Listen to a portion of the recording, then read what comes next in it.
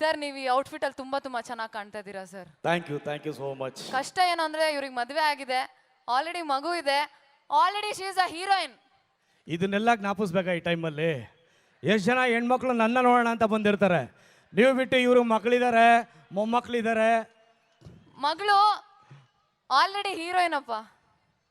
ಆಯ್ತಾ ಹೇಳಿದ್ದು, ಇನ್ಯಾರು ಹೇಳ್ಬೇಕಾ? ಮುಗೀತು ಸರ್. ಎಲ್ರಿಗೂ ನಮಸ್ಕಾರ. ಮೊಟ್ಟ ಮೊದಲನೇದಾಗಿ ನಮ್ಮ ಉಸ್ತುವಾರಿ ಸಚಿವರಾದಂಥ ಜಮೀರ್ ಭಾಯಿಗೆ ಹೃತ್ಪೂರ್ವಕ ಧನ್ಯವಾದಗಳನ್ನು ಹೇಳ್ತೀನಿ. ಇಷ್ಟು ಅದ್ಭುತವಾದಂಥ ಕಾರ್ಯಕ್ರಮ. ಜಮೀರ್ ಭಾಯ್, ಉತ್ಸವ ಅಂದರೆ ಏನು ಅಂದರೆ ಇದು ಉದಾಹರಣೆ, ಇದು ಎಕ್ಸಾಂಪಲ್, ಇದು ಅಷ್ಟೊಂದು ಅದ್ಭುತವಾಗಿ ಮಾಡಿದ್ದೀರಾ. ಆ್ಯಂಡ್ ವಿಜಯನಗರ ಸಾಮ್ರಾಜ್ಯ ಈ ಒಂದು ಪುಣ್ಯ ಭೂಮಿಯಲ್ಲಿ ನಿಂತ್ಕೊಳ್ಳೋದಕ್ಕೆ ನಾವು ಅದೃಷ್ಟ ಮಾಡಿರಬೇಕು. ಅವತ್ತು ಏನು ವಿಜಯನಗರ ಸಾಮ್ರಾಜ್ಯ ಇತ್ತು, ಇವತ್ತು ಸಹ ಈ ಮಣ್ಣಲ್ಲಿ ಅದರಿನ ರೂಪದಲ್ಲಿ ಚಿನ್ನ ಇದೆ. ಎಲ್ಲರ ಮನೆ ಮುಂದೆನೂ ಹೆಲಿಕಾಪ್ಟರ್ಗಳು ಎತ್ತಿನ ಗಾಡಿ ಥರ ನಿಂತಿರ್ತವೆ. ಅಷ್ಟು ಶ್ರೀಮಂತಿಕೆ ಇರುವಂಥ ಜನ ನಮ್ಮ ವಿಜಯನಗರ ಸಾಮ್ರಾಜ್ಯದಲ್ಲಿರೋರು. ಇಡೀ ಪ್ರಪಂಚದಲ್ಲಿ ಚಿನ್ನ, ವಜ್ರ, ಮುತ್ತು ಇವನ್ನೆಲ್ಲ ಸೇರಲು ಅಳೆದು ಮಾರಿದ್ದಾರೆ ಅಂದರೆ ಅದು ಯಾವುದಾದ್ರೂ ಒಂದು ರಾಜ್ಯ ಇದ್ದರೆ ಅದು ವಿಜಯನಗರ ಸಾಮ್ರಾಜ್ಯ ಮಾತ್ರ ಇತಿಹಾಸದಲ್ಲಿ. ಇವತ್ತು ಸಹ ಸುಮ್ಮನೆ ಕಲ್ಲು ಹಿಂಗೆ ತಟ್ಟಿದ್ರೆ ಸರಿಗಮಪ್ಪ ಕೇಳುತ್ತೆ ಅಂದರೆ ಅದು ವಿಜಯನಗರ ಸಾಮ್ರಾಜ್ಯದಲ್ಲಿ ಮಾತ್ರನೇ.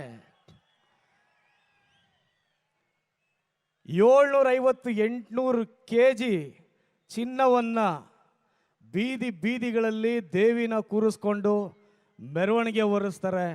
ಇಡೀ ಪ್ರಪಂಚದಲ್ಲಿ ಆ ಥರ ಯಾವುದಾದ್ರೂ ಒಂದು ರಾಜ್ಯ ಇತ್ತು ಅಂದರೆ ಅದು ಮೈಸೂರು ರಾಜ್ಯ, ಕರ್ನಾಟಕ ರಾಜ್ಯ. ಎಲ್ಲರೂ ಚಿನ್ನ ಬೆಳ್ಳಿ ಇತ್ತು ಅಂದರೆ ಪ್ರಪಂಚದಲ್ಲಿ ಮನೇಲಿ ಬಚ್ಚಿಟ್ಕೊಳ್ತಾರೆ. ಅಯ್ಯೋ ಚಿನ್ನ ಕಳೆದೋಗ್ಬಿಡುತ್ತೆ, ಬೆಳ್ಳಿ ಕಳೆದೋಗ್ಬಿಡುತ್ತೆ, ಲಾಕರಲ್ಲಿ ಇಡಬೇಕು, ಬ್ಯಾಂಕಲ್ಲಿ ಇಡಬೇಕು ಅಂತ. ನಾವೊಬ್ಬರೇ ಕಣ್ರಿ ಕರ್ನಾಟಕ ರಾಜ್ಯದವರು. ಚಿನ್ನನ ಬೀದಿಯಲ್ಲಿ ಇಡ್ತೀವಿ, ತಾಯಿನ ಹೊತ್ಕೊಂಡು ಮೆರವಣಿಗೆ ಮಾಡಿಸ್ತೀವಿ, ಸೇರಲ್ಲಿ ಅಳತೆ ಮಾಡಿ ಮಾರ್ತೀವಿ ನಾವು. ಮೊಟ್ಟ ಮೊದಲ ವರ್ಲ್ಡ್ ಟ್ರೇಡ್ ಸೆಂಟರ್ ಅಂತ ಏನಾದರೂ ಇದ್ರೆ ಅದು ವಿಜಯನಗರ ಸಾಮ್ರಾಜ್ಯ. ಇಂಥ ಒಂದು ಪುಣ್ಯಭೂಮಿಗೆ ನಮ್ಮನ್ನು ಕರೆದು ನಿಮ್ಮ ಮುಂದೆ ನಮ್ಮ ಪ್ರತಿಭೆಯನ್ನು ತೋರಿಸೋದಕ್ಕೆ ಅವಕಾಶ ಮಾಡಿಕೊಟ್ಟಿರ್ತಕ್ಕಂಥ ಎರಡನೇದಾಗಿ ನಮ್ಮ Sadhu sir, thank you so much.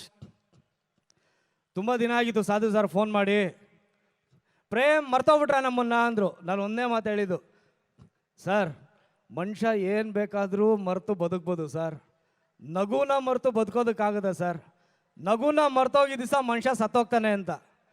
ಸಾಧು ಸರ್ ನಮ್ಮ ಕರ್ನಾಟಕದ, ನಮ್ಮ ಚಲನಚಿತ್ರರಂಗದ ಆಸ್ತಿ. ಒಂದು ನಗು ಅಳಿಸೋದು ಯಾರನ್ನ ಬೇಕಾದ್ರೂ ಅಳಿಸ್ಬೋದು, ಆದರೆ ನಗಿಸೋದು ಬಹಳಷ್ಟು ಕಷ್ಟ. ಕೋಟ್ಯಾಂತರ ಮನಸ್ಸುಗಳನ್ನು ಇವತ್ತು ಹಗಲು ರಾತ್ರಿ ನಗಿಸ್ತಾರೆ ಅಂದರೆ ಅದು ಸಾಧು ಸರ್. ಇಷ್ಟು ಜನ ಕಲಾವಿದರನ್ನೆಲ್ಲ ಕರೆಸಿ ನಮ್ಮನ್ನೆಲ್ಲ ಇಲ್ಲಿ ಮೆರವಣಿಗೆ ಮಾಡಿಸ್ತಾ ಇದ್ದೀರಾ. ಮತ್ತು ಸಾಧು ಸರ್ ಬಗ್ಗೆ ಒಂದು ವಿಶೇಷವಾಗಿ ಹೇಳಲೇಬೇಕೇನೆಂದರೆ, ನಾನು ಚೆನ್ನಾಗಿ ಬದುಕಿದ್ರೆ ಸಾಕು ಅಂತ ಇರೋ ಕಾಲದಲ್ಲಿ ಕರ್ನಾಟಕ ಮ್ಯೂಸಿಷಿಯನ್ ಅಸೋಸಿಯೇಷನ್ ಅಂತ ಮಾಡಿಕೊಂಡು ಎಲ್ಲರ ಹತ್ರನೂ ಏನಾಗುತ್ತೋ ಸಹಾಯ ತಗೊಂಡು ಅಷ್ಟೂ ಜನ ಮ್ಯೂಸಿಷಿಯನ್ಗೆ ಕಷ್ಟ ಕಾಲದಲ್ಲಿ ಆಗಬೇಕು ಅಂತೇಳಿ ಒಂದು ಫಂಡನ್ನು ಮಾಡಿದ್ದಾರೆ. ಸರ್ ನಿಮ್ಮ ಈ ಒಂದು ಸಹಾಯ ಹಸ್ತಕ್ಕೆ ನಾವೆಲ್ಲರೂ ಚಿರಋಣಿ ಸರ್. ಈ ವೇದಿಕೆ ಮೇಲೆ ನಾನು ಫಂಡ್ ರೈಸ್ ಮಾಡಿ ಅಂತ ಹೇಳಿದ್ದೀನಿ ಅಷ್ಟೇ. ಫಂಡ್ ಬರಬೇಕು ಕಲಾವಿದರಿಗೆ ಸರ್, ಬರುತ್ತೆ ಸರ್. ಅಂದರೆ ಎಲ್ರಿಗೂ ಒಂದು ಸೂರು ಇರ್ತದೆ. ನಮ್ಮ ಭಾರತದಲ್ಲಿ, ನಮ್ಮ ರಾಜ್ಯದಲ್ಲಿ ನಮ್ಮ ಕಲಾವಿದರು ಕೂಡ ಟ್ಯಾಕ್ಸ್ ಕಟ್ತಾರೆ, ಆದರೆ ಅವ್ರಿಗೆ ರಿಟರ್ನ್ಸ್ ಏನೂ ಇಲ್ಲ.